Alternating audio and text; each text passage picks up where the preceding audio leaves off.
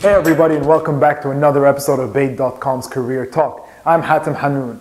Now, we've all experienced some struggle in looking for a job and finding a job in the Middle East, but that does not mean that you should go ahead and grab the first job offer that you receive. In fact, there's so many things to consider, and you need to be aware of what you want to achieve within your career path and your career growth. So there are some elements that you need to account for to ensure that you're on the right path in terms of growth, progression, development, achieving that ultimate goal that you've set for yourself. So on this week's episode of Bayt.com's Career Talk, I want to take you through 6 things to consider before accepting that job offer. Number 1, the big picture. As a job seeker, you should have thought about some sort of career plan for yourself, whether in great detail or just an overview, but you should have some idea of what your career plan looks like. Now, knowing this and looking at the job offers that you received, you should look at the job roles. Some job roles in some companies will fit your career plan. Others, unfortunately, will not. So that's what you want to take into consideration here. Think about every offer that you receive. Does it fit my overall career plan or not? If not, then maybe you should think twice about it. Number 2, the salary. Now, you have an idea of what your lifestyle expenses are like, what you spend on what things, whether it's rent, whether it's going out, whatever it is, you know how much you spend on a monthly basis. Therefore, you should know how much to expect from a job. But the thing to be careful about here is your lifestyle expenses might be completely detached from market rates for the position. Therefore, whenever you receive a job offer, it's very important for you to understand what the market rates are for that type of position.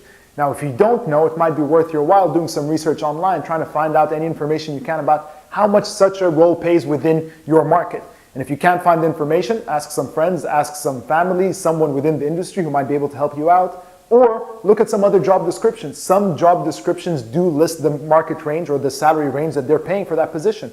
But do what you can to get an idea to make sure you're getting what you deserve and that your expectations are realistic as well. Number 3, the benefits. Now, the salary alone does not make up the entire package. There are some other things that you want to take into consideration. For example, things like health insurance. Does that come included within the overall package? And if it doesn't, that's something to really consider because that's an expense you'll have to incur on your own.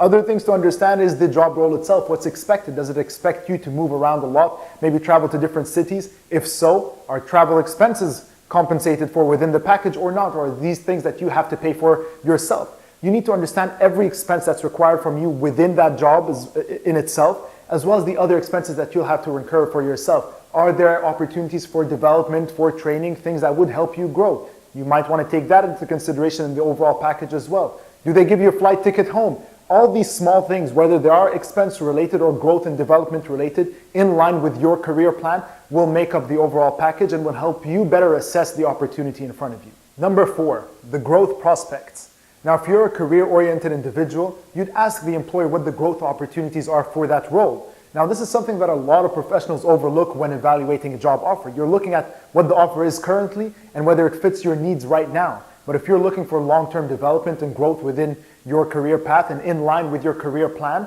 then you should ask about what the growth prospects are within the organization.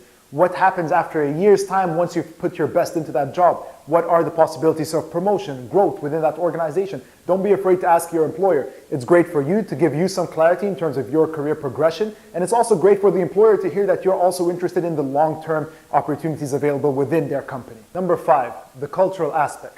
Now, every company has its own cultural feel, cultural values, and they differ from company to company. And you know yourself best, so you know which environment you'd fit in best with. And this is something very important to consider. Once you are working for that company, will you prosper? Will you grow? Will you be able to get along with other people? Or do certain things come into play? Now, the best thing to do, or the best way to go about this, and I've spoken about this in other episodes before, is growing your network. Now, if you have a decent enough network, you can tap into employees within that organization that you're applying for, the one that you've received an offer from. Now, by doing that, you'll understand what the company culture is like from the inside. You'll understand whether it's a fair and open space, or if there are office politics that come into play. And now this is something that you can grow in, that you can do well in this kind of environment, or if it's something you want to stay away from. So look up the social media pages of that company, see what kind of content they post. Sometimes they post content from within their office. Try to get a feel. Of course, through the interview process, you might have gotten already some sort of feel about what the company's like or what the company's about from the inside. And of course, the employees. Try to find employees, people that you know, people that are working there now, people that have worked there previously. Why did they leave? What's happening with them there? And understand what the company values are, what the culture is like inside, and whether you are a fit for that company and it would allow you to grow. Number 6, the person working before you. Now, some high-paying jobs are surprisingly very difficult to sustain, and we overlook asking the employer a certain question. And there's no shame in asking this question. Why did the person before me in this position leave? And it's your right to get an answer from the employer. Now, you might be surprised and get a pleasant answer, like that person is now promoted, and that's why there's a vacant spot that they're looking to fill. Or there might be an answer that might not fit your expectations or what you're looking for, and it might prompt you to investigate further about that specific position with the company. Now, some positions naturally have a high turnover rate, some positions don't. So it's your right to understand what that position is like and what your realistic chances of growth and prosperity are within that certain position. So always do your research, understand why that person before you left, so you know where you stand when you come in. And that's all I have for you on this week's episode of Bayt.com's Career Talk. Now, don't jump and accept that first offer that you get without carefully evaluating it. I hope you found these tips valuable. As always, new episodes here every week. Make sure to subscribe to us here on YouTube, Facebook, Instagram. We're on there as well with the latest updates. And I'll see you next week.